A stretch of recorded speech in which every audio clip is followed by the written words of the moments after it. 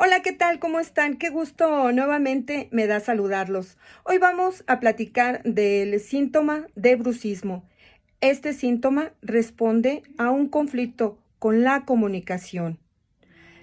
Tiene relación a una agresividad reprimida que no se ha manifestado de forma normal y en vigilia, y se manifiesta en las noches normalmente. Muerdo lo que no he podido morder durante el día. Conflicto de síndrome de yaciente, es decir, cargar la información de un muerto. Esto tiene que ver con el transgeneracional, con los ancestros.